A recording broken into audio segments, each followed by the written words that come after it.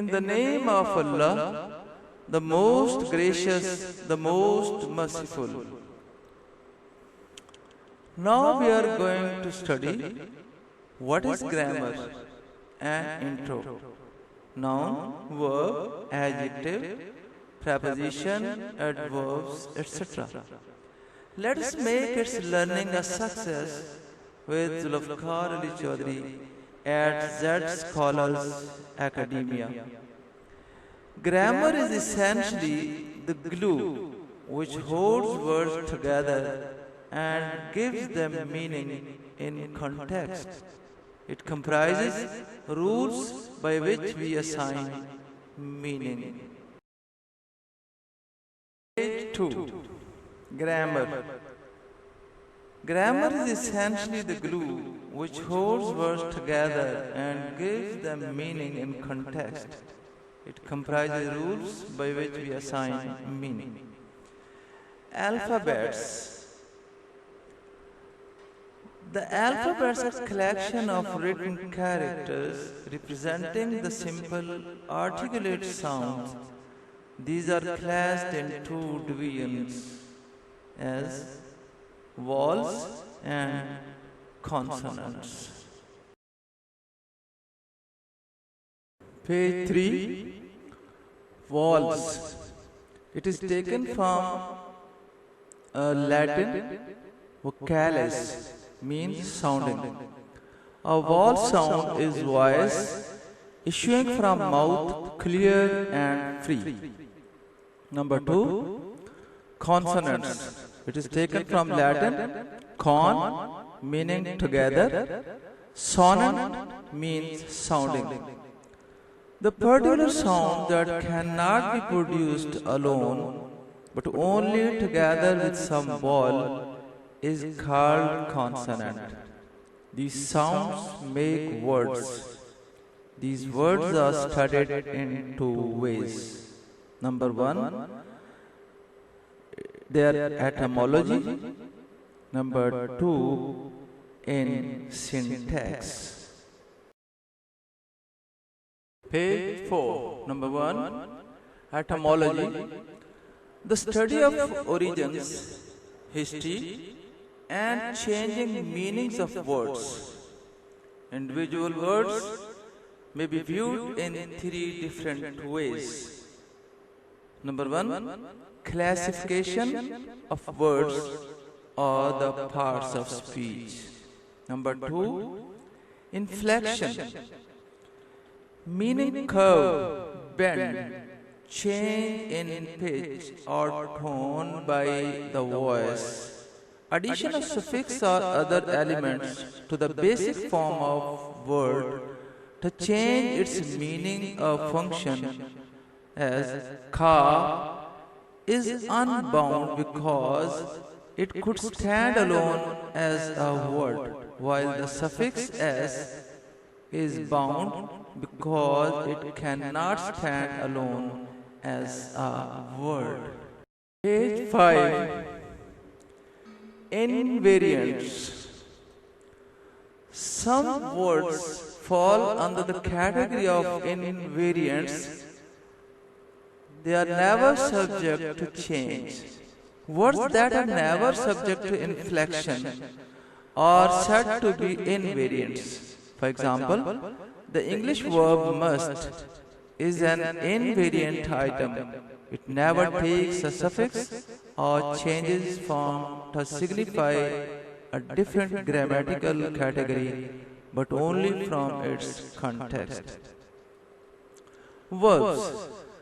Verbs are the most commonly inflected words, changing form to reflect grammatical tense as well as mood, voice, aspect, person, and speech. This is known as conjugation. The other parts of speech that can undergo inflection are noun, pronoun, adjective, and adverbs. These are categorized under the term declension. Inflection of nouns, pronouns, or adjectives for case number etc., is called declension. 6. While studying etymology, third category of it is derivation.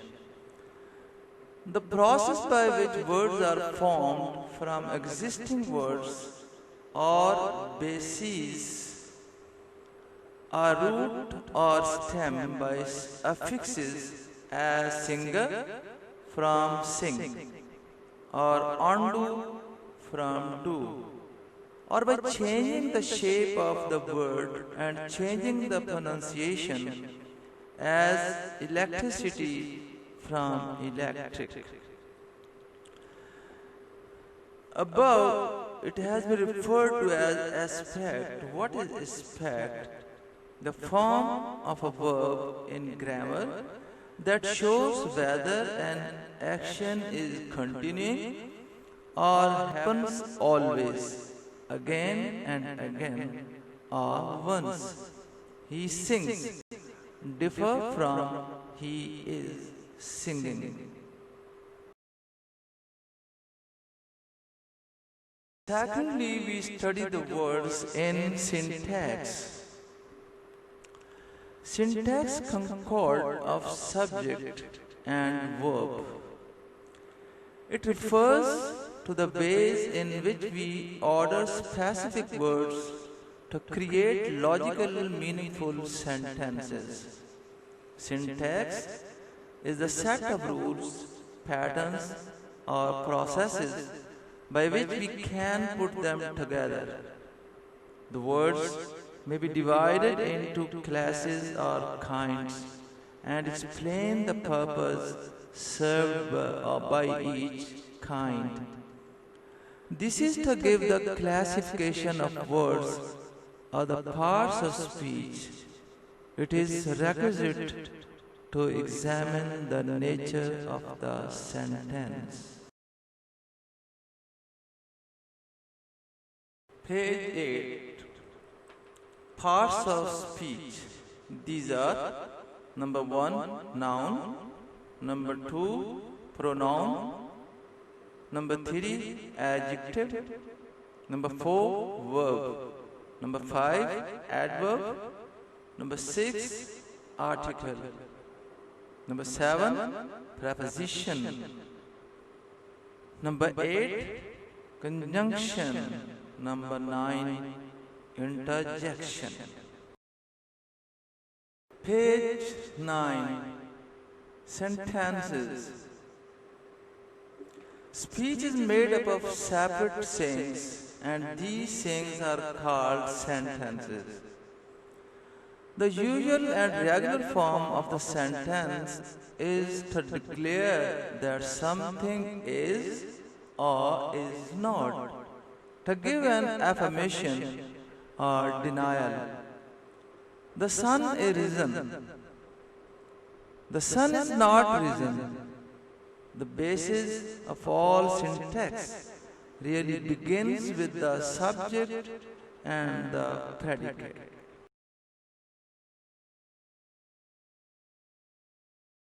Page 10. A sentence is considered the most complete unit of syntax in English. It always contains a subject and a predicate. Grammatically, sentence in English may be compared with building a wall. Content words are the bricks, and function words are mortar. Subject and predicate. Every sentence may be divided into 2 parts. Page 11. Subject. The name of things spoken about. Yes. Lions roar. In this sentence, lions is subject. Unsported bodies fall to the ground. Here, unsported bodies is a subject. Predicate. What is said about the subject as lions roar. Here, roar tells us something about the lions. Unspotted bodies fall to the ground.